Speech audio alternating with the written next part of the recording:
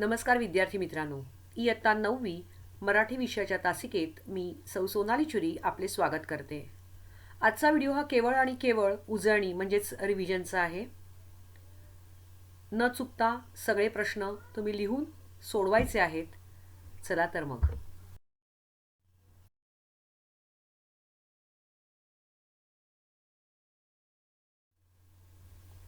आपण व्याकरण विभागाने सुरुवात करत आहोत. तुमच्याकडे रफबुक मराठीची जी नोटबुक आहे त्या नोटबुकमध्ये हे लिहायचं आहे.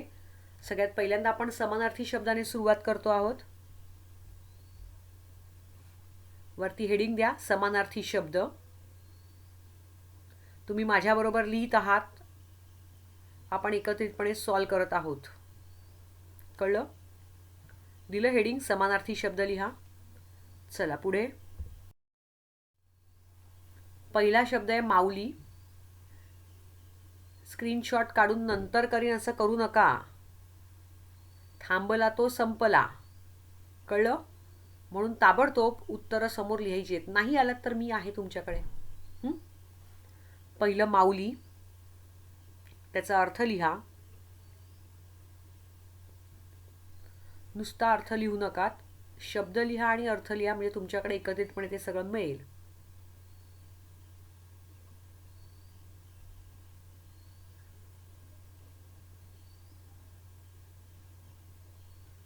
झालं? उत्तर येत असेल तर लिहा, नसेल येत तर जागा सोडा, विचार करा. दुसरं आहे जीव.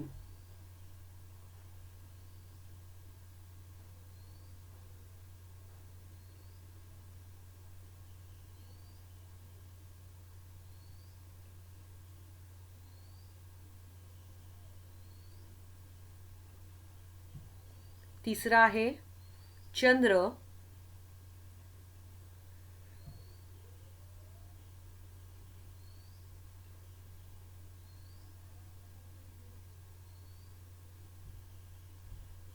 मी 10-10 सेकंदाचा वेळ देते जेणेकरून तुमचं उत्तर सुद्धा लिहिलं जाईल.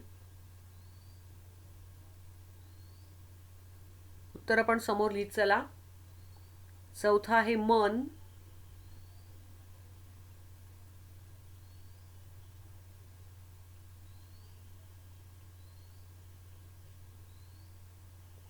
पाचवा आहे विश्वास.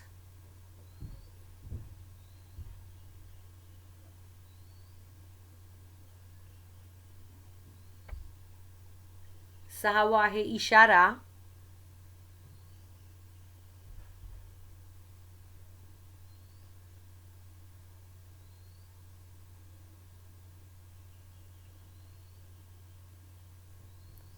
या शब्दांना समानार्थाचे शब्द द्यायचे आहेत. सातवा आहे लाचार.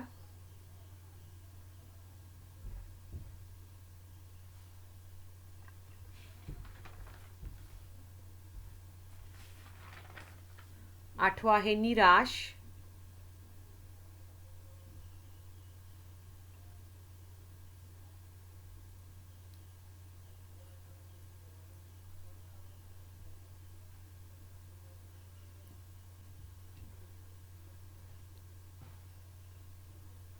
नववा आहे अस्वस्थ.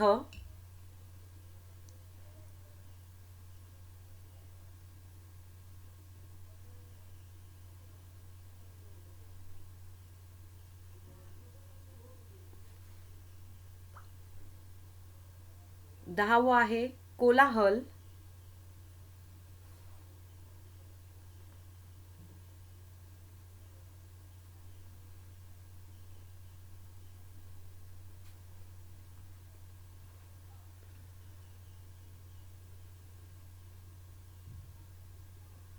अकरावा आहे तऱ्हेवाईक.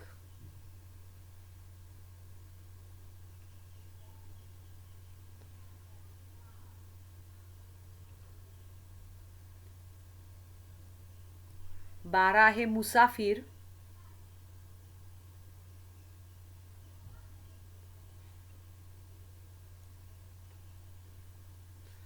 तेरावा आहे उद्युक्त.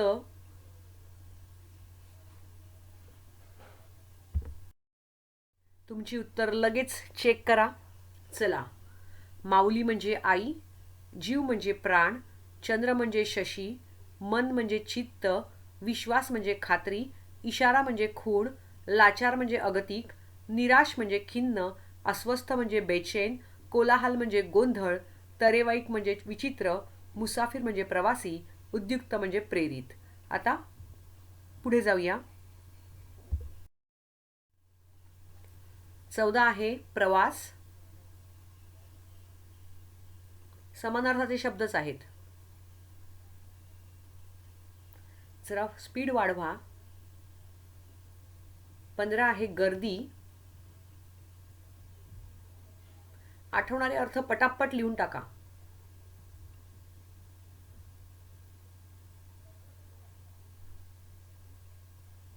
16 आहे प्रलोभन.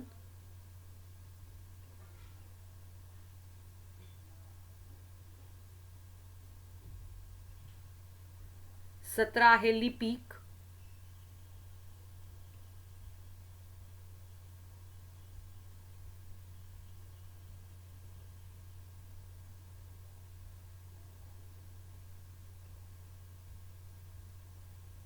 18 आहे आश्चर्य.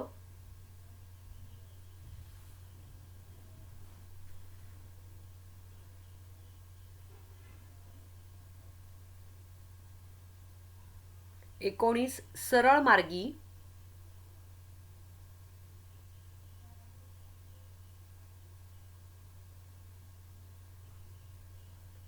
20 नावाजलेले.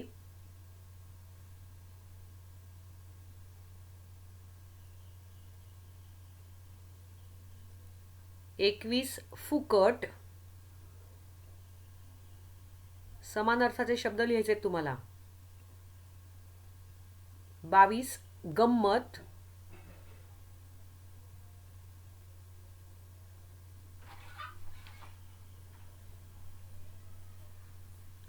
23 मित्र.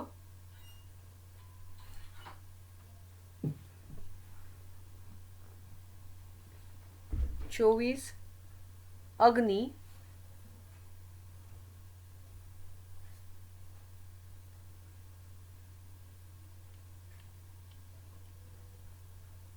25 वैरी.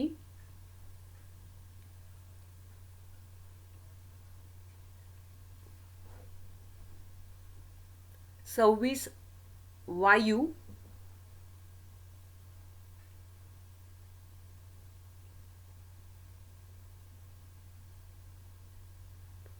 27 ध्वज. आपण यांची उत्तरं बघूयात. पटापट चेक करायची आहेत. प्रवास म्हणजे सफर, गर्दी म्हणजे झुंबड, प्रलोभन म्हणजे लालूच, लिपिक म्हणजे कारकून, आश्चर्य म्हणजे नवल, सरळमार्गी म्हणजे एकेरी, नावाजलेले म्हणजे नामांकित, फुकट म्हणजे मोफत, गंमत म्हणजे मौज, मित्र म्हणजे सखा किंवा दोस्त, अग्नी म्हणजे आग, वैरी म्हणजे शत्रू किंवा दुश्मन, वायू म्हणजे वारा वात पवन अनिल, ध्वज म्हणजे झेंडा. मला वाटतं तुमचं लिहून होत असावं. नसेल होत तर जरा फास्ट लिहित चला. चला जाऊया पुढच्या स्लाइडवर. आता पुन्हा समानार्थाचे शब्द आहेत, लिहून घ्या पटापट. धवल. लिहिता लिहिता उत्तरं लिहायची आहेत. 29 आहे श्रम.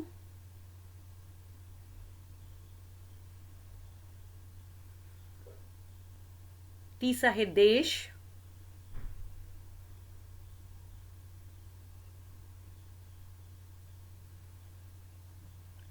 31 कहाणी.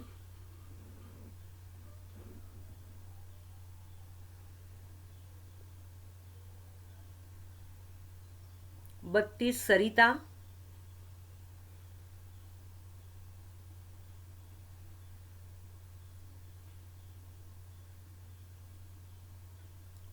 33 आहे विद्यालय.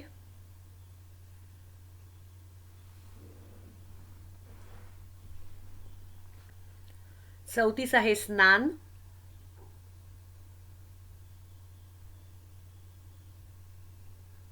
35 आहे मस्तक.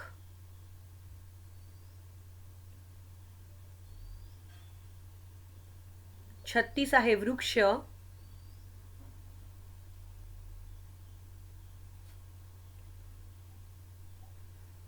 37 आहे खेडे.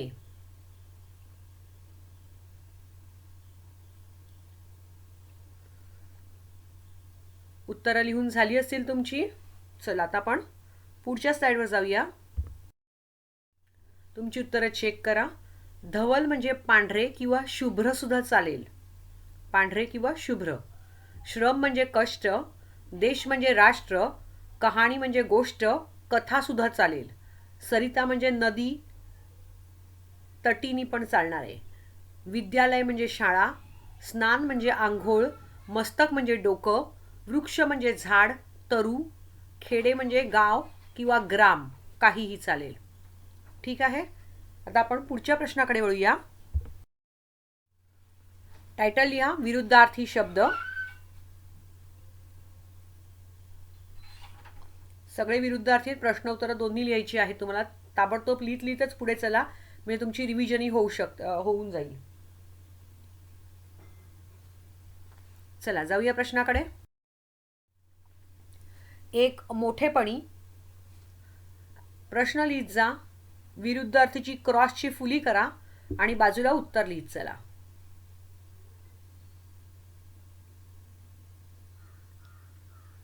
दुसरं आहे अल्पकाळ म्हणजे कमी वेळ.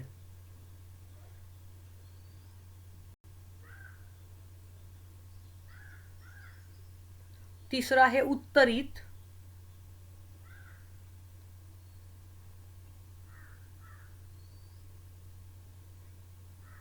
चौथं आहे आत.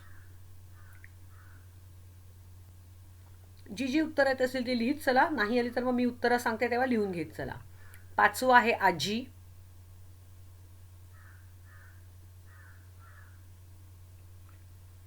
सहावं आहे म्हातारी.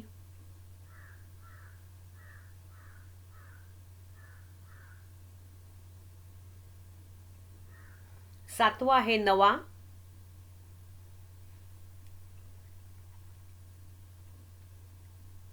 आठवं आहे महागडा.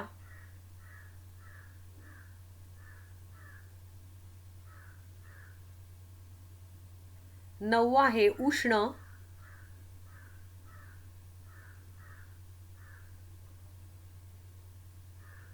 दहावं आहे सुरुवात.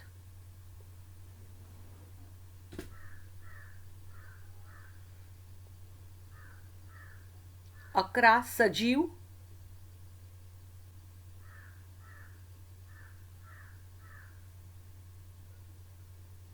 12 आहे स्वावलंबन.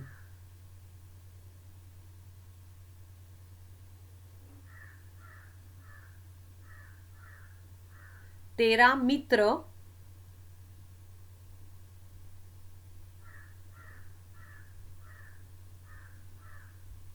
14 आहे सात्विक.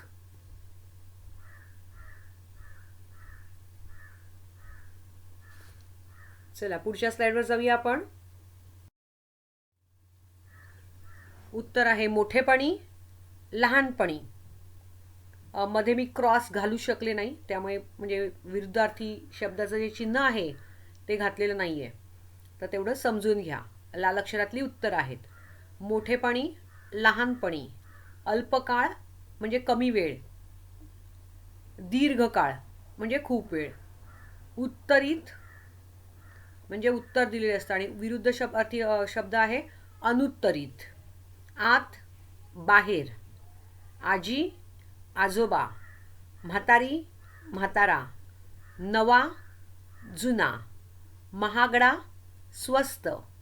उष्ण, शीतल. सुरुवात, शेवट. सजीव, निर्जीव. स्वावलंबन, परावलंबन. मित्र, शत्रू. सात्विक, तामसी. तामसी म्हणजे रागीट. मला वाटतं उत्तरं तुमची चेक झाली असतील. जी येत नसेल ती उत्तरं बघून लिहायची आहेत. जाऊया पुढच्या स्लाइडवर. आता पुढचे विरुद्धार्थी शब्द आहेत. 15वं जडत्व.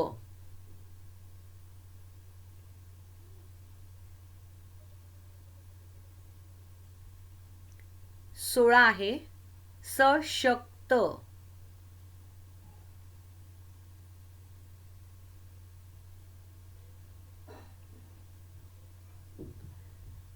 तुम्ही उत्तर लिहिता आहात म्हणून मी मध्येच थांबलेले आहे. 17 आहे मागे.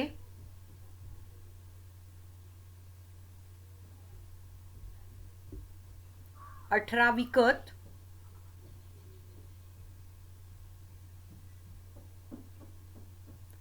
19 आता.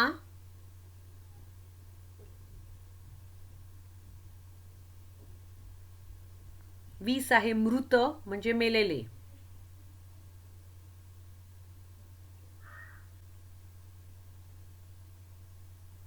21 खात्री.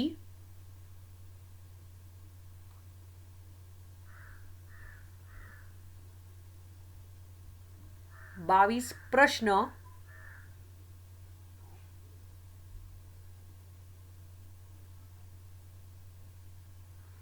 23 धीट.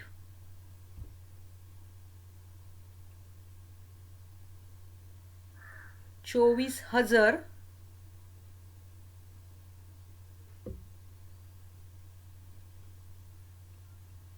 25 सुंदर.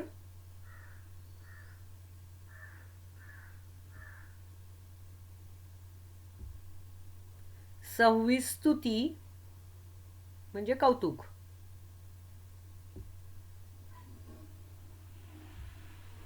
27 कडक.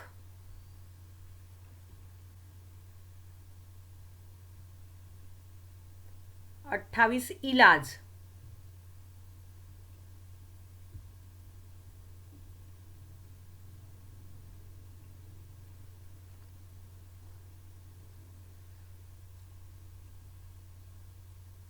झाली उत्तरं लिहून. चला आपण वळूया आता उत्तराकडे.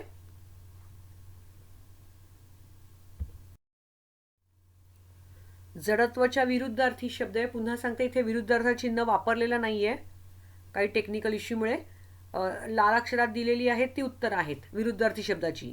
जडत्व, चेतनत्व. जडत्व म्हणजे जाडेपण वगैरे. सशक्त, अशक्त. मागे, पुढे. विकत, फुकट. आता, नंतर. मृत, जिवंत. मृत म्हणजे मेलेले, त्याच्या विरुद्ध जिवंत.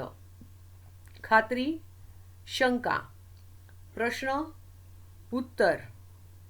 धीट, भित्रा म्हणजे घाबरट.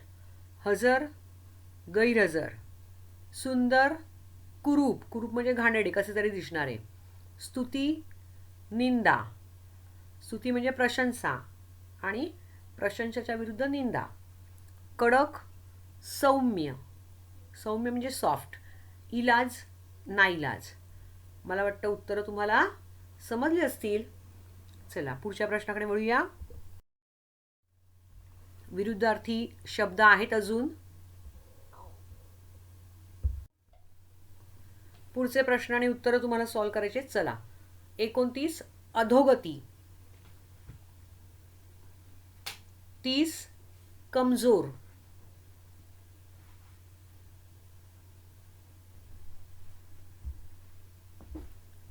31 जड.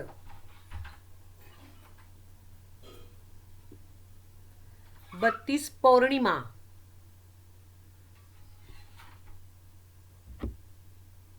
33 रात्र.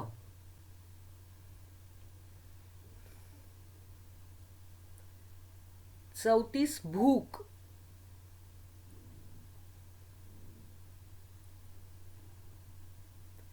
35 जीवन.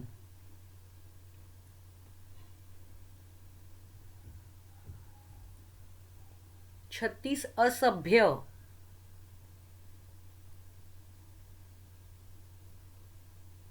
37 शेवट.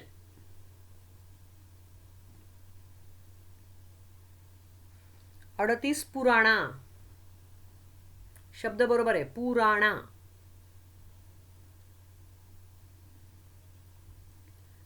39 उद्धट.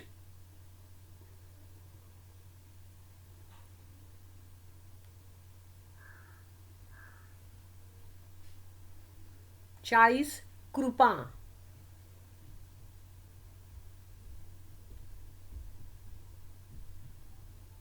41 सज्जन म्हणजे चांगला माणूस,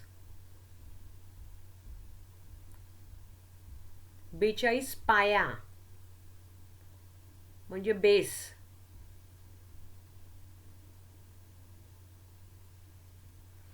मला वाटतं उत्तरं लिहून झाली असतील. चला आता आपण उत्तरांकडे वळूया.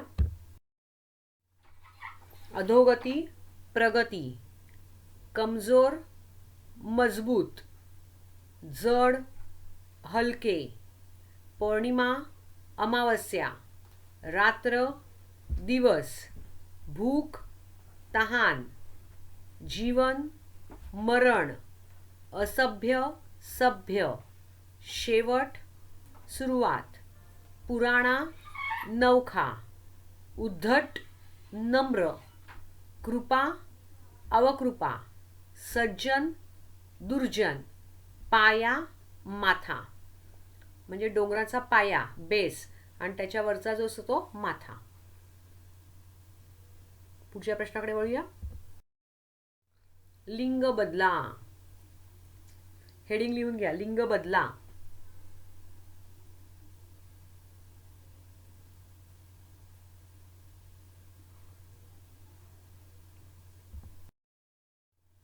माता, बालक, मुलगी, पुत्र, जरा घाई करा, गृहस्थ,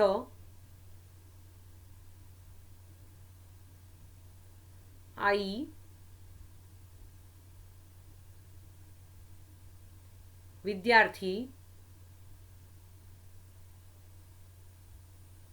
8वं आहे शिक्षक. झालं लिहून? उत्तर बघा. लिंग बदला असा प्रश्न होता. माता, पिता, बालक, बालिका, मुलगी, मुलगा, पुत्र, कन्या, गृहस्थ, गृहिणी, आई, बाबा, विद्यार्थी, विद्यार्थिनी, शिक्षक, शिक्षिका. मला वाटतं हे सगळ्यांचं बरोबर असेल. हां, चला नेक्स्ट प्रश्नाकडे वळूया. आता पुढचा प्रश्न आहे लिंग ओळखा. 3 प्रकारची लिंग आहेत. स्त्रीलिंग, पुल्लिंग आणि नपुसकलिंग. म्हणताना नपुसकलिंग म्हणतो पण नपुंसकलिंग आहे ते. लिहिली सूचना? चला प्रश्नाकडे वळूया. 1 आवार. मंदिराचे आवार. पटापट लिहा उत्तर पण समोरच. दुसरं आहे खांब. तो, ती, ते वापरा आणि लिहा उत्तर. सुरुवातीचं पहिलं अक्षर लिहिलं तरी चालेल आणि नंतर पूर्ण करा. शॉर्टकट सांगते. तिसरं आहे इमारत.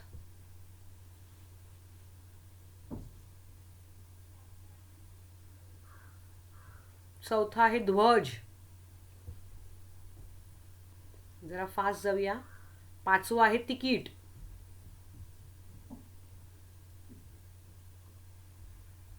6वं आगगाडी.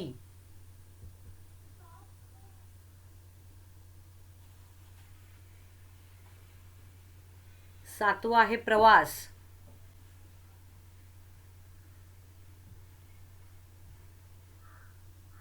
8वं आहे इनाम.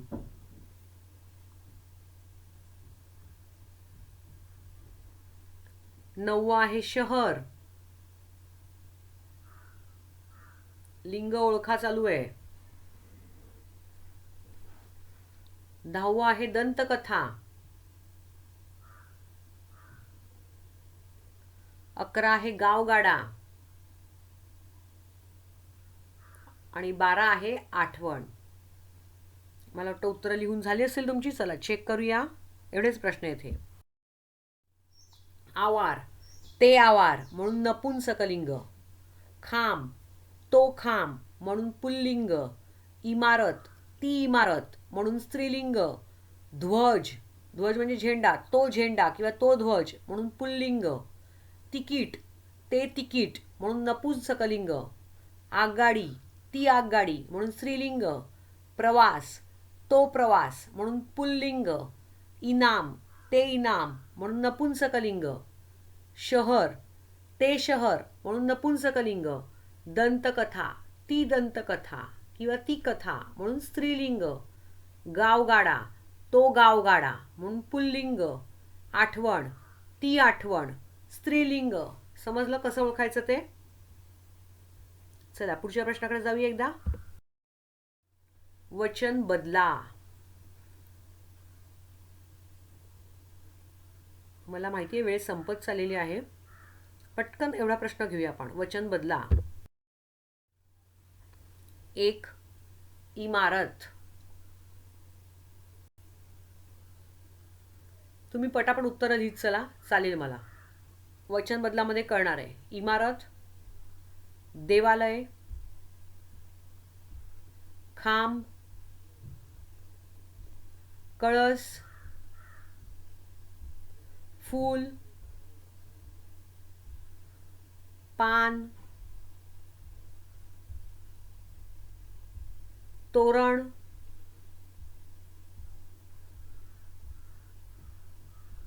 निशाण,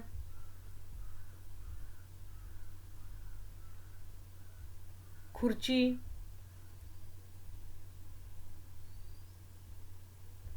डबा,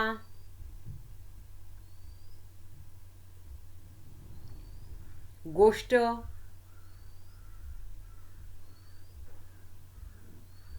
काठी,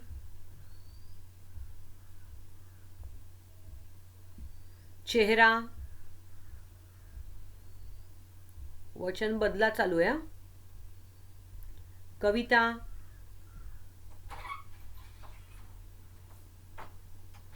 सही,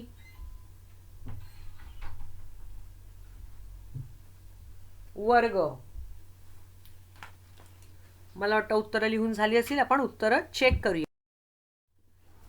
एक इमारत, अनेक इमारती. एक देवालय, अनेक देवालये. एक खांब, अनेक खांब. एक कळस, अनेक कळस. एक फूल, अनेक फुले. नुसतं फूल लिहिताना फूचा उकार दुसरा असतो आणि फुले लिहिताना फूचा उकार पहिला येतो. एक पान, अनेक पाने. एक तोरण, अनेक तोरणे. एक निशाण, अनेक निशाणे.